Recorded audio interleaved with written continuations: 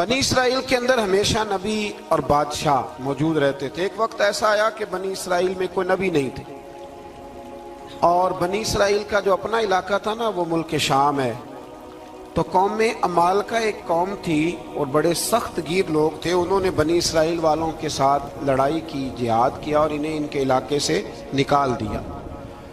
اور کچھ حضرت یوسف علیہ السلام کے زمانے میں ویسے بھی ایک بہت بڑی تعداد جا کے مصر میں آباد ہو گئی تھی۔ اب یہ ہوا کہ ان کے پاس کوئی بادشاہ نہیں ہے، یہ بار بار دعا کرتے ہیں، التجا کرتے ہیں، تو اللہ تعالیٰ نے ایک پیغمبر انہیں عطا کیے جن کے مختلف نام کتابوں میں ہیں۔ صدر الافاضل رحمۃ اللہ علیہ نے تفسیر خزائن العرفان کے اندر ان کا نام حضرت شمویل علیہ السلام لکھا ہے۔ حضرت شمویل علیہ السلام کو اللہ تعالیٰ نے نبوت عطا فرمائی، اور جب حضرت شمویل علیہ السلام اللہ کے نبی ہوئے، بنی اسرائیل والوں کو یقین آیا کہ اللہ نے الحمدللہ ہمیں ایک نبی کے جھنڈے تلے جمع کر دیا ہے، تو پھر انہوں نے کہا کہ آپ ہمارے سامنے ایک بادشاہ بھی مقرر کریں تاکہ ہم اس کی سرپرستی میں جہاد کریں۔ جب انہوں نے یہ بات کی تو اللہ تبارک و تعالیٰ نے حضرت شمویل علیہ السلام کے ذمے لگایا۔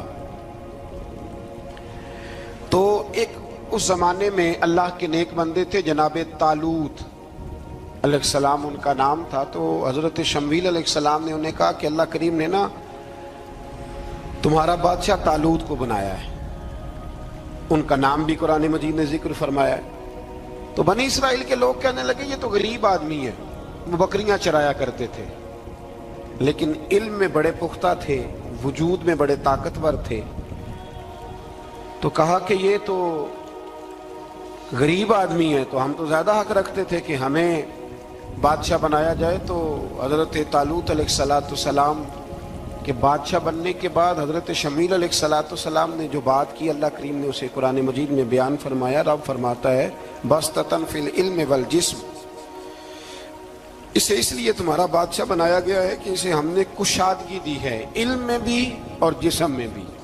بڑے ماشاءاللہ موٹے تازے تھے، وجود بڑا طاقتور تھا۔ کچھ موٹے تازے ہوتے ہیں پر طاقتور نہیں ہوتے، موٹے تازے بھی تھے اور طاقتور بھی تھے۔ فرمایا کہ وجود میں بھی طاقت ہے اور علم میں بھی اللہ نے انہیں وسعت عطا فرمائی۔ تو بنی اسرائیل والے کہنے لگے جی نہیں جی کوئی بندہ اور آ جائے، یہ ہمارا بہت بڑا مسئلہ ہے نا جی، ہر ایک کی مرضی کی نہ تو بات ہو سکتی ہے اور نہ ہر بندہ ہر ایک کی مرضی پر پورا۔ کہنے لگے نہیں جی کوئی اور ہونا چاہیے تھا، ہمیں کیسے پتا چلے گا کہ اللہ نے مقرر کیا ہے؟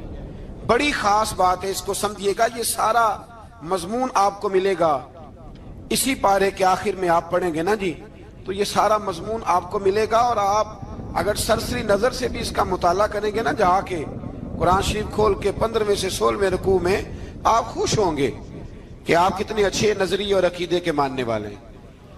تو جب کہا نا کہ طالوت کو ہمارا بادشاہ بنایا گیا تو دلیل کیا ہے، تو قرآن کہتا ہے کہ حضرت شمویل علیہ السلام نے فرمایا کہ تمہارا ایک تابوت تھا، ایک صندوق تھا تمہارے پاس، وہ صندوق تمہارا قوم عمال کا اٹھا کے لے گئی تھی۔ ان کے بادشاہ ہونے کی دلیل یہ ہے کہ اللہ تمہارا وہ صندوق تمہیں واپس کر دے گا، وہ تمہارا صندوق تمہیں واپس کر دے گا۔ اس صندوق میں کیا ہے؟ وہ حضرت آدم جنت سے ساتھ لے کے آئے تھے، اس میں تھا کیا؟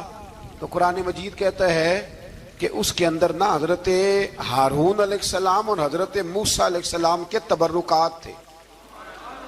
تبرکات، کل میں ایک مولوی دیکھ رہا تھا بیچارہ، ایک بندہ نا مسجد نبی کے ساتھ غلاف اور شاید کوئی کفن تھا، وہ مسجد نبی کی دیواروں سے مس کر رہا تھا، تو وہ کہہ رہا تھا نہیں اس سے کیا ہوتا ہے، تبرک کوئی چیز نہیں، اچھے اعمال کی وجہ سے بندہ بخشا جائے گا۔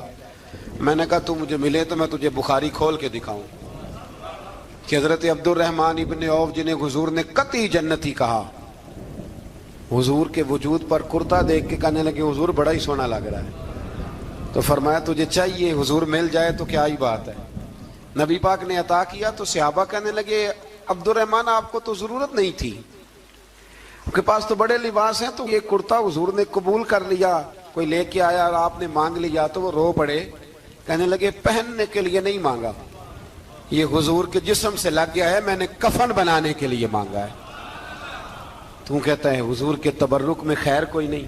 اور آپ یقین کریں ان لوگوں پہ حیرانگی ہے. ہم نے بھی مرنا ہے نا جی, بڑی جلدی قبر میں جانا ہے, وقت کا کچھ پتہ نہیں, لیکن اتنے اندھے ہو کر لوگ چیزوں کو دیکھتے ہیں اور اس تیزی کے ساتھ گمراہی پھیلاتے ہیں. مجھے باقاعدہ کسی نے ویڈیو بھیجی اور کہنے لگا جی دیکھیں کتنی اچھی بات کر رہا ہے, لوگوں کو سمجھائیں. تو میں نے کہا نہیں, اس کو سمجھانے کی ضرورت ہے. اور میں نے اس کو دیکھا ہے, وہ جو لال رومال والا, میں نے دیکھا ہے وہ ڈھونڈ ڈھونڈ کے جاہلوں کو پکڑتا ہے, تلاش کرتا ہے, اور اگر کوئی مل جائے بات بتانے والا تو پھر وہ خود پکڑا جاتا ہے, اور کئی دفعہ پکڑا گیا تو نکل گیا ہے. اللہ تعالی ہمیں سمجھنے کی توفیق دے. ہم سیانے ہو جائیں تو یہ دور دور تک نظر نہیں آئیں گے انشاءاللہ. تو وہ تابوت آئے گا, بنی اسرائیل والوں سے کہا تابوت میں کیا تھا سن لو, اور یہ قرآن مجید ہے. آج میری ماننا یہ 15 سے 16 رکوع ضرور ہی پڑھنا کہ وہ آخر تابوت میں کیا تھا, کھولنا ذرا. قرآن مجید کہتا ہے کہ حضرت موسیٰ علیہ السلام اور حضرت ہارون کے تبرک تھے. تو تبرک کیا تھے؟ تمام مفسرین نے لکھا ہے کہ حضرت موسیٰ کا ایک کرتا تھا, ایک ڈنڈا تھا, جوتے تھے, اور جناب ہارون علیہ السلام کا امامہ شریف تھا, اور تورات کی کچھ تختیاں تھیں. تو اس کا فائدہ کیا تھا؟ اس تابوت کا فائدہ یہ تھا کہ بنی اسرائیل والے جب اپنے دشمنوں سے لڑتے تھے, تابوت سامنے رکھ کے دعا مانگتے تھے, اللہ انہیں کامیابی عطا کر دیتا تھا. تو قوم عمالقہ کو بھی پتہ چل گیا کہ صندوق میں کچھ ہے جس کی وجہ سے یہ کامیاب ہو جاتے ہیں. وہ صندوق اٹھا کے لے گئے. اب ان کی کم بختی یہ, کم نصیبی یہ کہ انہوں نے جا کے اسے روڑی پہ پھینک دیا. جب روڑی پہ پھینکا تو ان کے اندر بیماریاں آ گئیں, وبائیں پھوٹ پڑی, مرنے لگے, وجود پھولنے لگا. پھر ان کے دلوں میں بات آئی کہ یہ ہم نے اس صندوق کی بے ادبی کی ہے. صندوق میں کیا ہے؟ تبرکات. ہمیں کہتے ہیں جی نالین کا نقشہ کیوں لگایا ہے؟ تمہارے تو بزرگوں کا عقیدہ ہے سر پہ رکھنے کو مل جائے اگر نقش نالے پاک حضور تو پھر کہیں گے کہ ہاں تاجدار ہم بھی ہیں. تو کہا کہ اس کے اندر یہ تبرکات تھے. انہیں بھی سمجھ میں آئی تو انہوں نے نا بیل گاڑی منگائی اور وہ صندوق اٹھا کے اس کے اوپر رکھ دیا. اب کیا ہوا؟ قرآن کہتا ہے کہ فرشتوں نے نا اس صندوق کو وہاں سے اٹھایا. مفسرین نے لکھا اس کا معنی یہ بھی ہو سکتا ہے کہ اس بیل گاڑی کو ڈائریکشن پہ لگایا. ادھر سے حضرت شمویل علیہ السلام نے جناب طالوت کو بادشاہ بنا دیا, اور ادھر سے وہ صندوق چل پڑا. کہا بھئی ہم ان کو کیسے بادشاہ مانے؟ تو فرمایا بادشاہ اس طرح مانو گے کہ تمہارا وہ صندوق آ جائے گا. اور قرآن کہتے ہیں اس صندوق میں تمہارے دلوں کا سکون ہے, اس میں تمہارے دلوں کا. اور بھائی ہماری تو کوشش ہوتی ہے بزرگوں سے کوئی چیز مل جائے, اللہ والوں کا کوئی تبرک ہمارے ہاتھ آ جائے. تو وہ صندوق آ گیا, یہ مان گئے. اب جہاد کرنے نکلے تو لڑنا تھا جالوت کی قوم کے ساتھ. وہ بڑا سخت آدمی تھا, 3 من سونا اس نے وجود پہ پہنا ہوتا تھا. اس کی قوم سے لڑنا ہے, ٹوپی بڑی تگڑی پہنی ہوتی تھی لوہے کی. اب کون لڑے؟ ایک نوجوان تھے جن کا نام تھا داؤد علیہ السلام. وہ بھی بکریاں چرایا کرتے تھے. اور جن دنوں حضرت طالوت نکلے نا اپنی قوم کو لے کر جالوت کے خلاف لڑنے, تو حضرت داؤد بھی شامل ہو گئے. اللہ جب کسی کو نوازتا ہے نا تو پھر خاص ہی کرم نوازی کرتا ہے. مفسرین نے لکھا جب یہ جا رہے تھے نا, وہاں جا رہے تھے تو رستے میں انہیں 3 پتھر مل گئے. انہوں نے وہ تینوں پتھر اٹھا لیے. اس زمانے میں پتھر پھینکنے کے لیے چھوٹی چھوٹی لوگوں کے پاس چیزیں ہوا کرتی تھی. اس کو کوپن بھی لوگ کہتے تھے, منجنیق, اس کو سامنے رکھ کے پھر بنائی گئی. تو آپ کے پاس بھی وہ آلہ تھا جس سے دشمن پر پتھر مارے جاتے تھے. تو آپ وہ مشین لے کر, وہ آلہ لے کر وہاں پہنچے ہوئے تھے. 3 پتھر آپ کے پاس تھے. آپ فرماتے اس میں بڑا بیمار تھا, اتنا بیمار تھا کہ میرا رنگ پیلا ہو گیا. اب وہ جالوت کے سامنے کوئی نہیں جاتا تھا. تو جناب طالوت کہنے لگے کہ جو جالوت کو مارے گا نا, یعنی ان کے بادشاہ کو اس قوم کے, تو میں اسے اپنی آدھی سلطنت بھی دے دوں گا اور اپنی بیٹی کا نکاح بھی اس کے ساتھ کر دوں گا. دیکھیں اللہ نوازتا ہے تو کس انداز میں نوازتا ہے. تو حضرت داؤد کہتے ہیں وہ دور کھڑا تھا تو میں نے نا 3 پتھر مارے. بھئی ہمت کرنا تو ہمارے ذمہ ہے کہ نہیں؟ میری ملت کا جوان کہتا ہے میں نے کرنا کرانا کچھ نہیں. یعنی اگر آپ کہیں نا کچھ کرو تو پھر وہ کوئی کام کرنے کی مطلب معاملہ. وہ مجھے کل ایک سنگی کہہ رہے تھے, کہنے لگے جی اللہ کے فضل سے کچھ بھی نہیں کرنا پڑا, مرشد نے نظر کر دی. میں کہا مینوں ملن گے تو میں انہوں سمجھاواں گا کہ کچھ کرا کے نظر کریا کرو, کیونکہ میرے وہ دوست ہیں, میں انہیں جانتا ہوں. نظر میں بڑا کچھ ہوتا ہے, لیکن اللہ بھی تو بندے پہ بڑی نظر رحمت کرتا ہے نا. لیکن کہتا ہے 5 نمازیں پڑھ, رمضان کے روزے رکھ, زکوٰۃ فرض ہو تو ادا کر, یہ سارے کام کر, سچ بول, دیانتداری کر, پھر میں اپنے فضل سے تجھے جنت عطا کروں. تو یہ جو رویہ ہم نے بنایا یہ درست نہیں. تو فرماتے ہیں 3 پتھر میں نے مارے, اللہ نے اتنا فضل کیا کہ وہ بھی مر گیا, اور اسے چھو کے میرے پتھر آگے بڑھے تو اس کی فوج کے 30 آدمی بھی مر گئے. 3 پتھروں سے 31 بندے اللہ نے مار دیے. فرماتے اس لیے کہ ہاتھ میرے تھے اور طاقتیں میرے رب کریم کی تھی. تو حضرت داؤد علیہ السلام کے حصے میں جناب طالوت کی صاحبزادی بھی آئیں, آدھی سلطنت بھی آئی. کافی سال حضرت طالوت حیات رہے, پھر ان کا وصال ہو گیا, تو ساری سلطنت حضرت داؤد کو ملی, اور پھر اللہ تبارک و تعالیٰ نے انہیں نبوت بھی عطا فرمائی. یہ دنیا میں واحد پیغمبر ہیں جو بیک وقت نبی بھی تھے اور بادشاہ بھی تھے. اور پھر اللہ نے فضل فرمایا, انہوں نے بڑی بڑی فتوحات کی. اور پھر حضرت داؤد کے صاحبزادے کا نام حضرت سلیمان علیہ السلام, پھر ان کے صاحبزادے کا نام حضرت. تو یہ ہوا کیسے؟ یہ سارا کچھ اللہ تبارک و تعالیٰ کے فضل سے ہوا, اس کے کرم سے ہوا. اب اس واقعہ سے ہمیں کیا پتہ چلتا ہے؟ ہمیں یہ پتہ چلتا ہے کہ رب جب فضل فرمائے نہ کسی پہ بھی, تو ہمیں اس بندے کو دیکھ کے راضی ہونا چاہیے, کوئی شکوہ نہیں کرنا چاہیے. اور دوسری بات یہ سمجھ لینا چاہیے کہ حکومتیں, مال, دولت یہ صرف سیاستوں سے نہیں ملتی, یہ خدا کے فضل سے ملتی. اور یہ بھی سمجھ لینا چاہیے کہ جو بزرگوں کے تبرکات ہوتے ہیں ان کی کیا ہی بات ہوتی ہے. چند باتیں ایسی تھیں کہ میرا دل کرتا تھا ان کو دہرایا جائے, اور خاص کر کے ان باتوں پر توجہ کی جائے. یہاں نا اللہ تبارک و تعالیٰ نے ان باتوں میں سے ایک بات کا ذکر فرمایا ہے. یہاں 207 نمبر جو آیت ہے نا اسی پارے کی, اس میں اللہ کریم نے فرمایا کچھ لوگ ایسے ہیں جو اپنی جانیں ہی اللہ کے حوالے کر دیتے ہیں. زندگی کا مقصد دین ہوتا ہے, لٹا دیتے. یہ نازل کب ہوئی؟ یہ آیت مبارکہ حضرت صہیب رومی کے بارے میں نازل ہوئی. حضرت صہیب رومی رضی اللہ تعالیٰ عنہ بڑے مالدار تھے. مکے سے جب چلے نا تو سارا مال مکے میں چھوڑ دیا, اس لیے کہ اللہ کے رسول مدینے چلے گئے. فرماتے ہیں پھر میں نے مال و دولت کی پرواہ نہیں کی, پھر میں نے یہ سوچا کہ میں نے اپنے حبیب کے پاس طیبہ کے لیے جب نکلا تو کفار نے, قریش مکہ نے روکا, ہم نہیں جانے دیں گے. تو حضرت صہیب رومی فرمانے لگے بھی سنو, میں کمزور نہیں, میں طاقتور آدمی ہوں, اور تم میں سے کوئی ایسا مائی کا لال نہیں جو تیر چلانے میں مجھ سے زیادہ سیانا ہو, تلوار چلانے میں مجھ سے زیادہ عقل مند ہو. جانا مدینے میں نے ہے. اب یہ ہے کہ تم بتاؤ میرے ساتھ تیروں تلواروں سے لڑو گے یا میں تمہیں ایک سودا بتاؤں گا, سودا کرو گے؟ قریش کہنے لگے سودا کیا ہے؟ کہنے لگے میرا بڑا مال ہے, میں مکے میں دفن کر کے آیا ہوں, تم مجھے مدینے جانے دو, میں تمہیں سارے مال کا پتہ بتا دیتا ہوں. ہزاروں لاکھوں میں تھا مال تجارت. دیکھیں جب صحابہ مدینے جاتے تھے تو کتنی قیمت دے کے جایا کرتے تھے. تم مجھے جانے دو, میں تمہیں وہاں کا پتہ بتاتا ہوں. انہوں نے کہا جی بات ٹھیک ہے, آپ پتہ بتا دیں.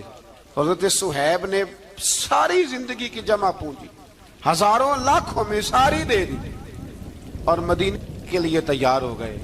اللہ کریم نے اس بات کو بڑا ہی پسند فرمایا اور فرمایا وَمِنَ النَّاسِ مَن يَشْرِي نَفْسَهُ ابْتِغَاءَ مَرْضَاتِ اللَّهِ. فرمایا کچھ لوگ ایسے ہیں جو اپنی جانیں ہی بیچ دیتے ہیں اللہ کی رضا حاصل کرنے کے لیے, اپنی جانیں بیچ دیتے ہیں. نَفْسَهُ ابْتِغَاءَ مَرْضَاتِ اللَّهِ, اللہ کی رضا حاصل کرنے کے لیے اپنی جانوں کو بیچ دیتے ہیں. تو فرمایا پھر اللہ کیا کرتا ہے؟ فرمایا واللہ رؤوف بالعباد, پھر اللہ بھی اپنے بندوں پر بڑا ہی رحم فرمانے والا ہے. جب یہ سارا مال دے کے مدینے پہنچے نا تو ان کے استقبال کے لیے جناب عمر پہلے سے موجود تھے. حضرت عمر رسیو کر کے نبی کریم کی بارگاہ میں لے گئے تو فرماتے ہیں حضور نے مجھے دیکھتے ہی فرمایا صہیب زندگی میں تم نے بڑی تجارتیں کی ہوں گی, پر یہ جو تو نے سودا کیا ہے نا یہ بڑا ہی نفع والا کیا ہے. یہ جو سودا فرمایا یہ تو نے بڑا. تو دین کے لیے جب آپ کوئی کام کرتے ہیں تو یہ سودا بڑا نفع والا. ایک مضمون اور یہاں ہے 216 نمبر آیت میں، وہ بھی بڑا ہی سمجھنے والا ہے. اللہ کریم نے جب جہاد فرض کیا نا تو فرمایا کتب علیکم القتال، ہم نے تم پر قتل کرنا، قتال کرنا فرض کیا ہے. فرمایا ہو سکتا ہے تمہیں یہ کراہت محسوس ہو، مشکل لگے، برا لگے. ایک بات جو آج کی نصیحت ہے اور مضامین قرآن جو ہم سیکھ رہے ہیں اس کے اندر سے ہمیں یہ خاص چیز ہے، اس کو سمجھنا چاہیے. اللہ کریم نے فرمایا کہ تم پر جہاد فرض کیا گیا ہے، وَهُوَ كُرْهٌ لَكُمْ، ہو سکتا ہے تمہیں ناپسند ہو. تو ایک نا ساری زندگی کے لیے ایک نصیحت کر دی. فرمایا وَعَسَىٰ أَن تَكْرَهُوا شَيْئًا، ہو سکتا ہے تم کسی چیز کو ناپسند کرو، وَهُوَ خَيْرٌ لَكُمْ، اور وہ تمہارے لیے اچھی ہو. اللہ اکبر. یہ وہ بات ہے اگر سمجھ میں آ گئی تو کلیجہ ٹھنڈا ہو گیا، زندگی سکون میں آ گئی. فرمایا ہو سکتا ہے تم کسی چیز کو ناپسند کرو اور وہ تمہارے لیے بہتر ہو. وَعَسَىٰ أَن تُحِبُّوا شَيْئًا، ہو سکتا ہے تم کسی چیز سے محبت کرو، وَهُوَ شَرٌّ لَكُمْ، اور وہ تمہارے لیے بری ہو، اچھی.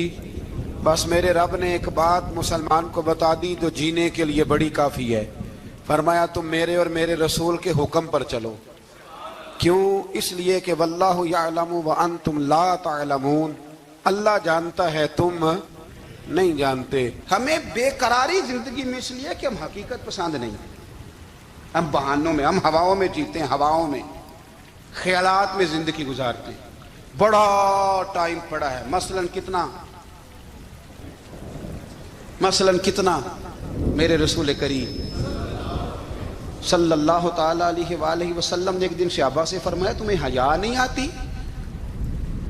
حضور کیا ہوا؟ فرمایا وہ والے مکان بناتے ہو جن میں تم رہ نہیں سکتے، وہ والا مال جمع کرتے ہو جو کھا نہیں سکتے، حیا نہیں آتی؟ عرض کی حضور حکم کریں. تو محبوب فرمانے لگے جوتے کا ایک تسمہ بند کرتا ہوں تو سوچتا ہوں دوسرا بند کرنے سے پہلے موت آ جائے گی. ایک سانس اندر جاتی ہے تو دوسرا آنے سے پہلے میں یاد کرتا ہوں کہ مجھے دنیا سے جانا ہے. تمہیں حیا نہیں آتی؟ وہ مکان بناتے ہو جن میں رہ ہی نہیں سکتے، وہ مال جمع کرتے ہو جو کھا. حقیقت پسند نہیں بھائی. ہم بہت سارے لوگ ہیں بڑی باتیں سناتے ہیں، بڑی. میں کہتا ہوں اصل میں نا زیادہ باتیں سنا کے نا بیچارہ اپنے آپ کو مطمئن کرنا چاہتا ہے. اصل بات یہ ہے کہ اندر سے نا ہلا ہوا ہے، کچھ بھی نہیں. بڑا زیادہ ہنستا ہے اور مجھے لگتا ہے کہ کوئی گہرا زخم چھپا رہا ہے. اس لیے ملمہ سازی، حقیقت پسند بنو، حقیقت پسند. یاد رکھنا من ترک صلاۃ متعمدا فقد کفر. میرے رسول نے حقیقت بیان کی. فرمایا جس نے ایک نماز بھی جان بوجھ کے چھوڑی اس نے رب کے رب ہونے کا انکار کیا، اس نے کفران نعمت کیا. یہ حقیقت ہے. کوئی کلیریفیکیشن نہیں، کوئی وضاحت نہیں. جو نماز نہیں پڑھتا، جھوٹ بولتا ہے، غلط بیانی کرتا ہے. جو شخص رزق حرام کما کے کہتا ہے کہ اس کے بغیر گزارا نہیں چلتا، وہ جھوٹ بولتا ہے. اس لیے کہ رب فرماتا ہے جب تجھے پیدا کیا ہے تو تیرا رزق میرے ذمہ ہے.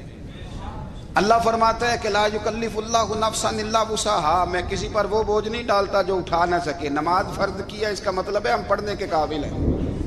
اس نے ہمارے ذمہ داریاں لگائی ہیں تو مطلب یہ ہے کہ ہم ذمہ داریاں ادا کرنے کے قابل ہیں. ورنہ وہ کہتا ہے میں وہ بوجھ ڈالتا ہی نہیں جو تجھ سے اٹھایا نہ جائے. اگر چاہتے ہو کہ زندگی میں اطمینان ملے تو خدا را حقیقت پسندوں والی زندگی گزارو. یہ فضاؤں میں زندہ رہنا، ہواؤں میں. اللہ بڑا معاف کرنے والا ہے، اللہ بڑا کریم ہے، معاف کر دے گا. تو بھئی یہ بات صحابہ کو بھی پتا تھی، یہ اہل بیت کو بھی خبر تھی. تو وہ تو ایک ایک بات کا لحاظ کرتے تھے.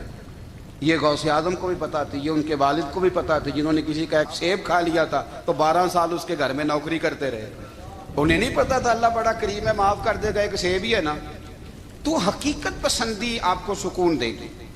اور اگر آپ نے اپنے آپ کو غیر مطمئن کیا ہوا ہے، بات کچھ اور ہے، اور آپ نے اپنے آپ کو ڈال کسی اور طرف لیا ہے، تو پھر آپ کو سکون مل سکتا.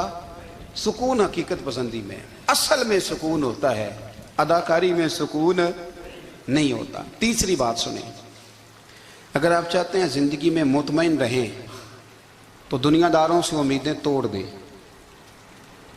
اللہ اور اس کے رسول سے امید وابستہ کریں، اولیاء اللہ سے امیدیں وابستہ کریں، صحابہ اور اہل بیت سے امیدیں، اللہ اور اللہ والوں سے امیدیں، دنیا داروں سے امیدیں۔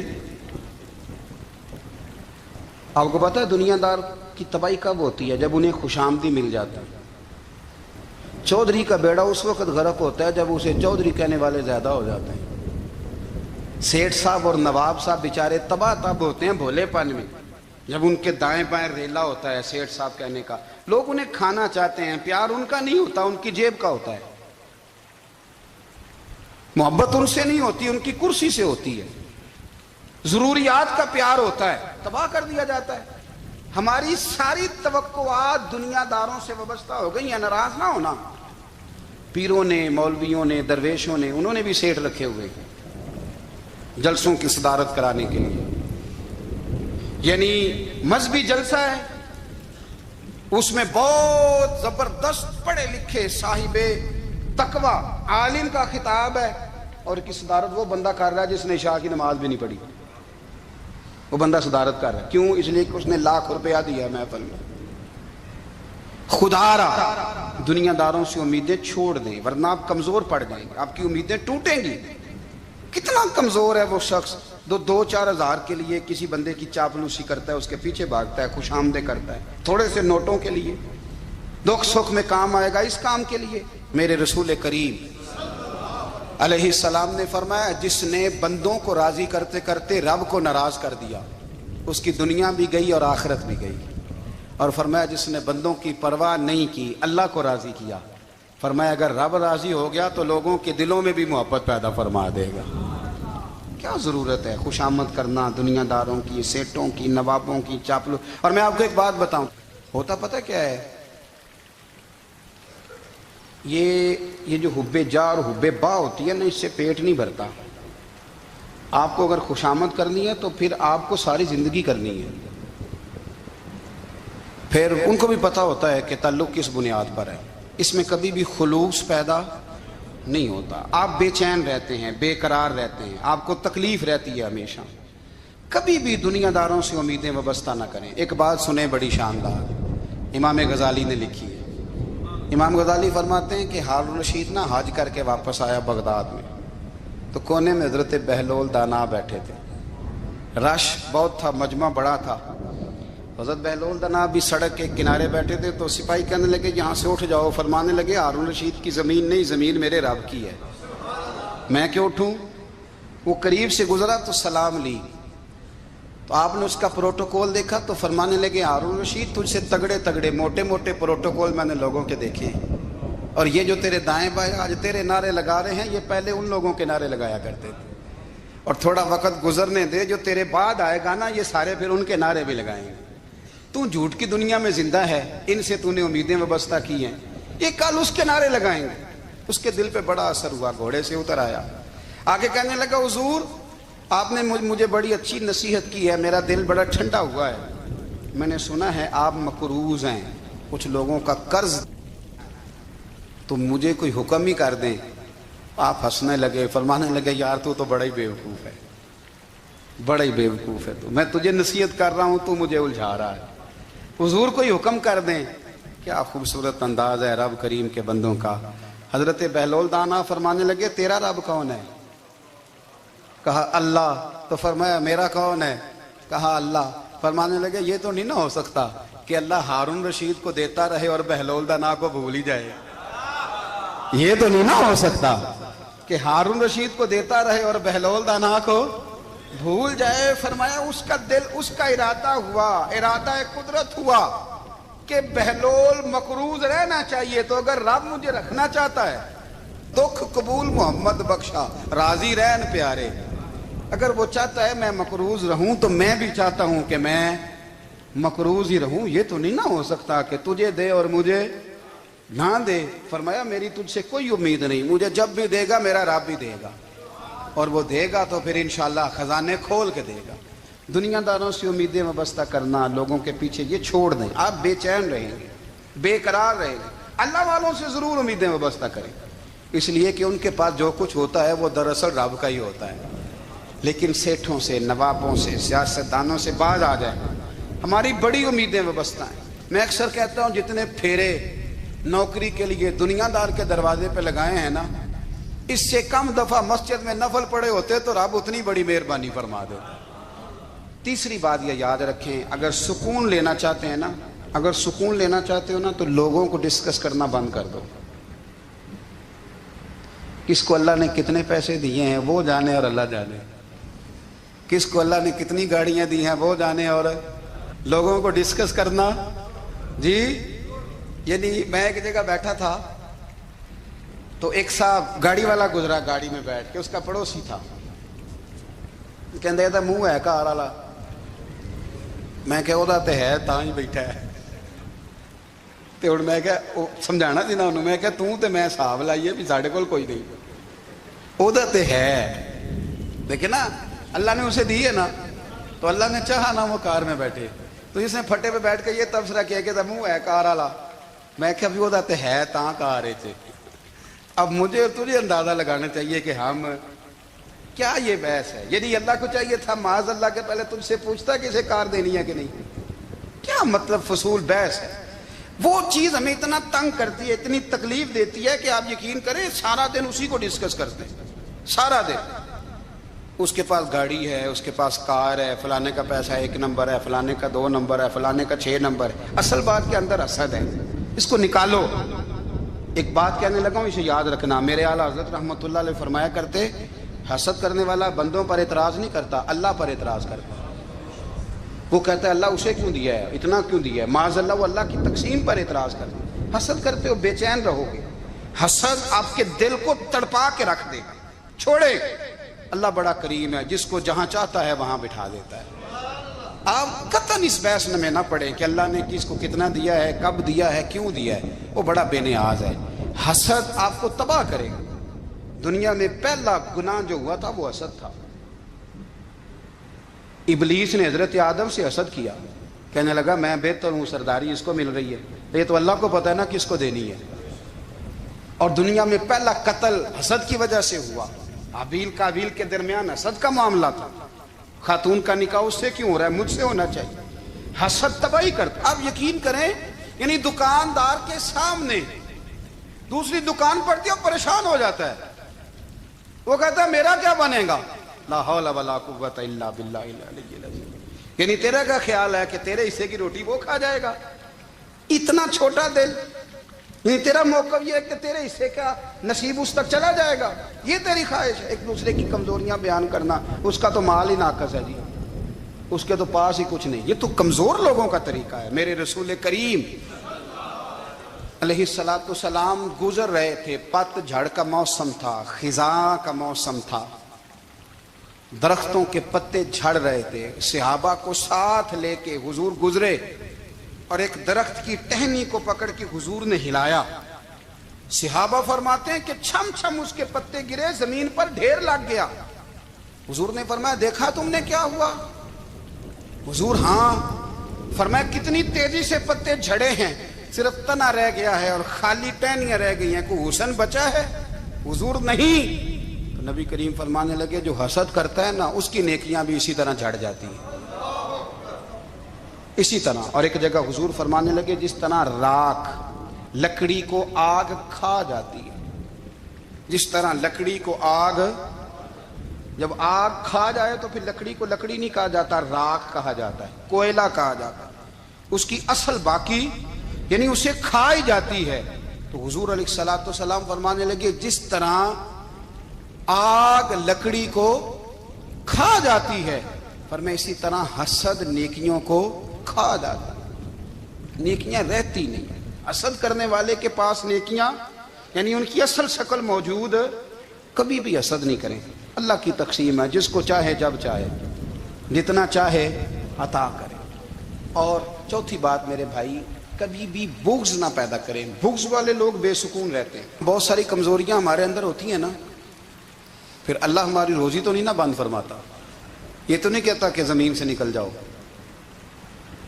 اگر یہی والا معاملہ ہو جو ہمارا ہے کہ شادی پہ اس نے میرے ساتھ برا سلوک کیا تھا اب ساری زندگی بغض رکھنا ہے، اگر یہی معاملہ فرشتے اللہ کی بارگاہ میں کہیں کہ یا اللہ اس نے فلانے دن شراب پی تھی اب اس کو زمین میں نہیں رہنے دینا، نظام زندگی چلے گا؟ تو اگر اللہ ہمیں معاف کرتا ہے تو ہم بندوں کو معاف کیوں نہیں کرتے؟ آپ یقین کریں اتنی لمبی عداوتیں، اتنا لمبا حسد، اتنا لمبا بغض، اتنا لمبا حدیث میں نے پڑھی، میں حیران رہ گیا۔ میرے نبی کریم علیہ الصلوۃ والسلام نے فرمایا اپنی بیوی سے کبھی بغض نہ رکھنا، اگر اس کی ایک بات ناپسند ہو تو اسے چھوڑ کے وہ بات دیکھو جو تمہیں پسند ہے۔ میں اس حدیث کو پڑھ کے سوچنے لگا کہ کیا بیوی کا بھی بغض رکھتے ہیں لوگ؟ اب حضور نے کہا ہے تو اس کا مطلب ہے لوگ بیوی کا بغض بھی رکھتے ہیں۔ اب اس پر استدلال کر کے مجھے کہنا پڑے گا کہ سسرال والوں کا بغض بھی رکھتے ہیں، کہنا پڑے گا کہ بھائی کے سسرال والوں سے بھی بغض رکھتے ہیں۔ اس حدیث کی روشنی میں سمجھا کہ لوگ بھابھی کا بغض بھی رکھتے ہیں، بغض، ورنہ عادتیں تو ہماری بھی کئی بری ہوتی ہیں۔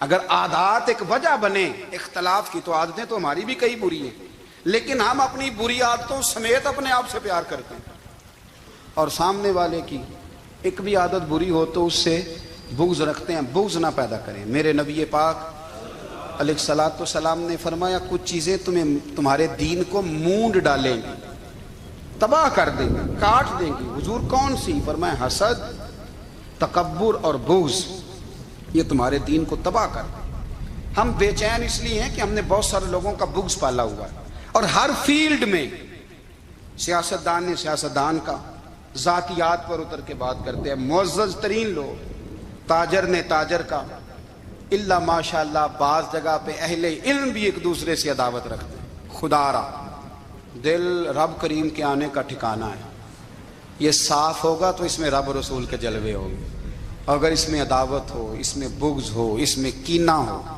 نفاق ہو۔ سنیں میرے رسول کریم حضرت ابو بکر صدیق رضی اللہ تعالیٰ عنہ کہتے ہیں میں رو ہی پڑا۔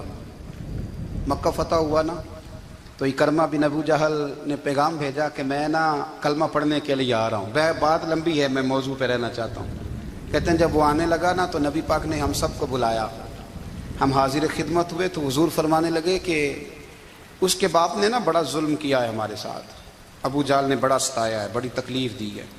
آپ مجھے بتلائیں کہ وہ ایک دفعہ کسی شادی پہ بحث ہوتی ہے بیوی کے بھائی کے ساتھ، پھر ساری زندگی اس بیچارے کو معافی، وہ 10 دفعہ گھر آتا ہے معافی مانگنے پر سوال ہی نہیں پیدا ہوتا، میں او ہو مجھے ہی کہہ دیا،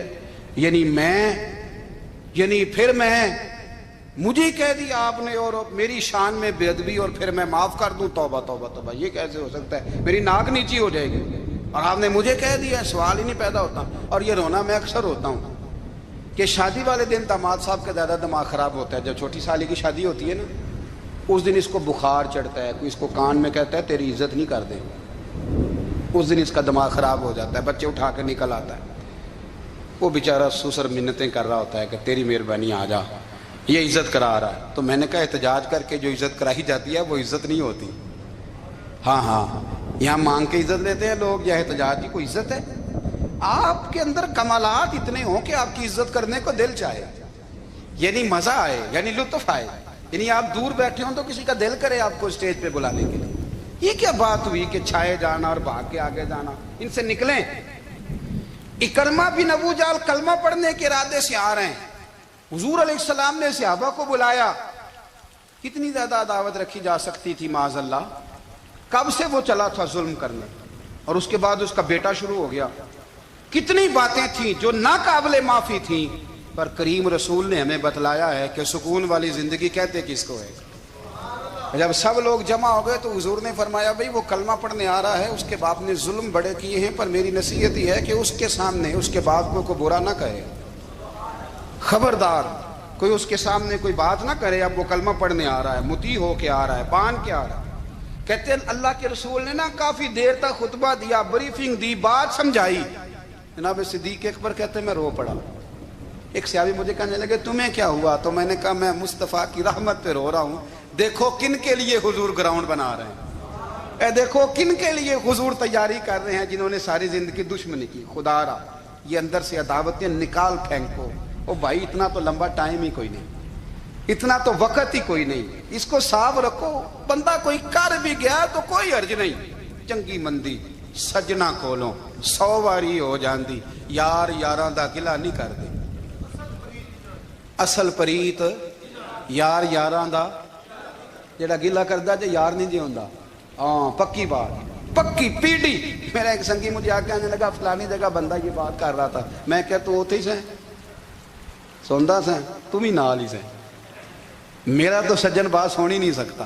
چنگی مندی سجنا کولوں 100 واری ہو جاندی, یار یاراں دا گلا نہیں کر دے. اصل پریت جنہ دی. ہاں جو بندے پھر ہوتے اس طرح کے, ان کے لیے بھی میاں صاحب نے کہا ہے, ان کے لیے بھی میاں صاحب نے کہا ہے, ان کے لیے بھی آپ نے بات ارشاد فرمائی ہے. آپ نے فرمایا چنگا ہویا لڑ نیڑیوں چھٹا کتے عمر نہیں لنگی ساری, بے قدراں دی یاری کولوں توبہ لکھ لکھ باری. او چنگا ہویا لڑ نیڑیوں چھٹا کتے عمر نہیں لنگی ساری.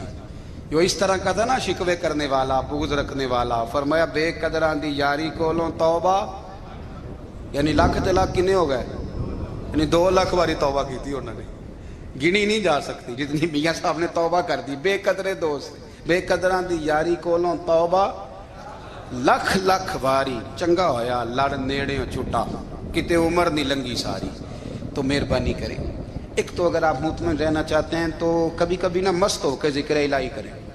مست ہو, وہ والا ذکر نہیں جس میں آپ موبائل بھی دیکھ رہے ہیں اور کہانیاں بھی. میرے سامنے کو بندہ جمعے والے دن یا تقریر کے درمیان تسبیح لے کے بیٹھ جائے تو میں اس سے پوچھتا ہوں تو دو کام ایک ٹائم جی میں پہ کرنا ہے. میری بھی بات سن رہے ہو, تسبیح پڑھی تو ممکن ہی نہیں. تسبیح تو تسبیح ہے, جب وہ ہوگی تو پھر کوئی اور کام سوال ہی نہیں پیدا ہو. ایک تو ذکر کریں محو ہو, دوسری بات حقیقت کا سامنا کریں. آپ اگر مطمئن رہنا چاہتے ہیں تو حقیقت پسند بنیں. تیسری بات حسد چھوڑ دیں, دوسروں کو ڈسکس کرنا چھوڑ دیں. آپ یہ دیکھیں کہ اللہ نے مجھے کیا کچھ دیا, اس پہ راضی رہیں. اور چوتھی بات عداوت چھوڑ دیں, سینے میں کینہ چھوڑ دیں. آپ کی زندگی مطمئن ہو جائے گی, آپ خوشحال رہیں گے. اللهم صل على سيدنا ومولانا محمد. اللهم صل على سيدنا ومولانا محمد. اللہ کے شیر حیدر کرار پر درود, اللہ کے شیر حیدر کرار پر درود, اللہ کے شیر حیدر کرار پر درود. حضرت حسن حسین کے کردار پر درود. اللہم صل علی سیدنا و مولانا محمد وعلی سیدنا علی و سیدتنا فاطمہ و سیدتنا زینب و سیدنا حسن و سیدنا حسین وعلی آلہ و صحبہ و بارک وسلم. زینب کی بارگاہ میں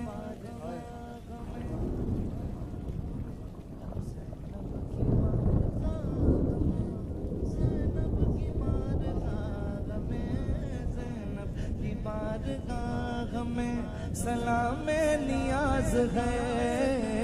زینب کی بارگاہ میں سلام نیاز ہے. جو مرتضیٰ کی لاڈلی زہرا کا ناز ہے. اللہم صل علی سیدنا و مولانا محمد وعلی سیدنا علی و سیدتنا فاطمہ و سیدتنا زینب و سیدنا حسن و سیدنا حسین. زینب کی بارگاہ میں سلام نیاز ہے. زینب کی بارگاہ میں سلام نیاز ناز ہے زینب کی بارگاہ میں سلام نیاز ہے زینب کی بارگاہ میں سلام نیاز ہے جو مرتضیٰ کی لاڈلی زہرا کا ناز ہے اللہم صلی علی سیدنا و مولانا محمد اللہم صلی علی سیدنا و مولانا محمد زینب کی بارگاہ میں سلام نیاز ہے زینب کی بارگاہ میں سلام نیاز ہے جو مرتضیٰ کی لاڈلی زہرا کا ناز